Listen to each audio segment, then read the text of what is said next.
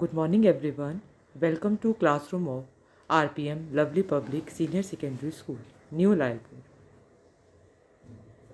Chapter 9 Beehives, the Bond of Love. Why we are learning this chapter?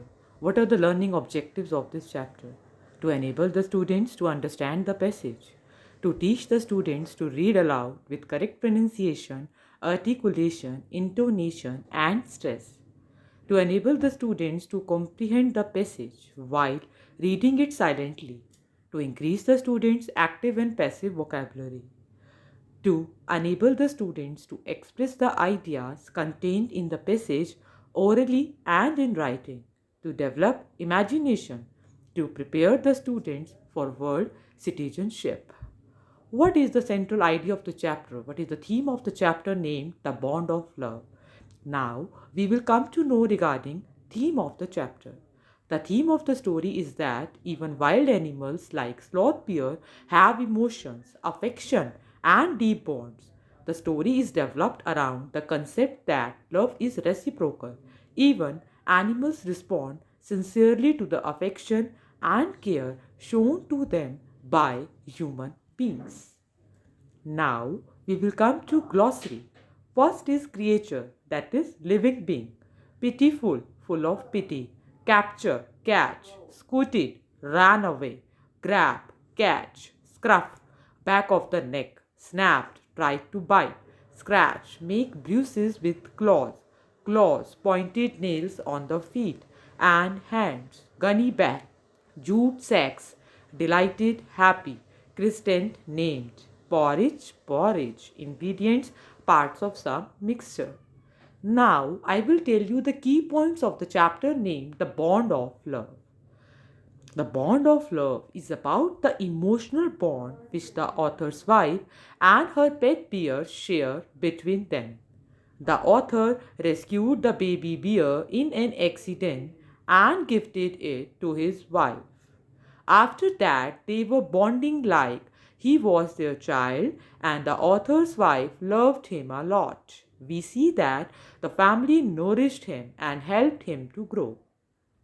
As Bruno starts growing up, he bonded with everyone, from the children to the pet dogs. He had his own bed and would play around the little ones all day. However, in an accident, one day he ate poison which was to kill rats. After consuming poison, Bruno got paralyzed, and after proper treatment, they were able to save him. Soon, life became normal. When in another incident, he drank up a whole gallon of old engine oil meant for termites. But surprisingly, it did not affect Bruno. Thus, Bruno started growing in size but was equally sweet and playful. Upon growing, they changed his name to Baba, which means a small boy in the Hindi language. He picked up a few tricks growing up and entertained everyone. Nonetheless, his size was a problem, and being an animal, he was a threat to the children.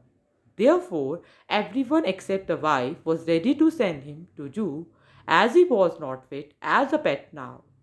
While she did not agree initially, she had to give in for everyone's safety. After the official paperwork, he was ready for the Mysore Zoo. The wife missed him terribly and asked everyone to visit the zoo about his well being. She learned that Baba was not eating well and remained sad all day. So, after 3 months, she decides to visit him herself.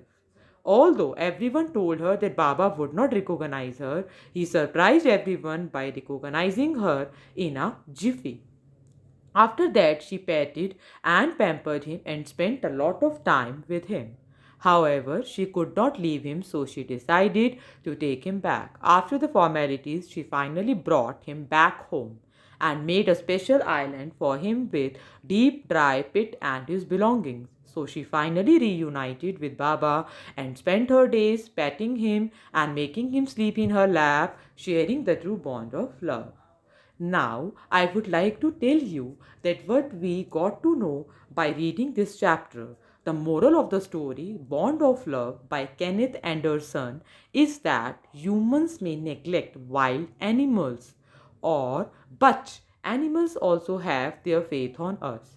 Due to the love and respect between sloth bear, Bruno, and the author's wife, the bear is able to return once again to live with the author's wife. Thank you, everyone.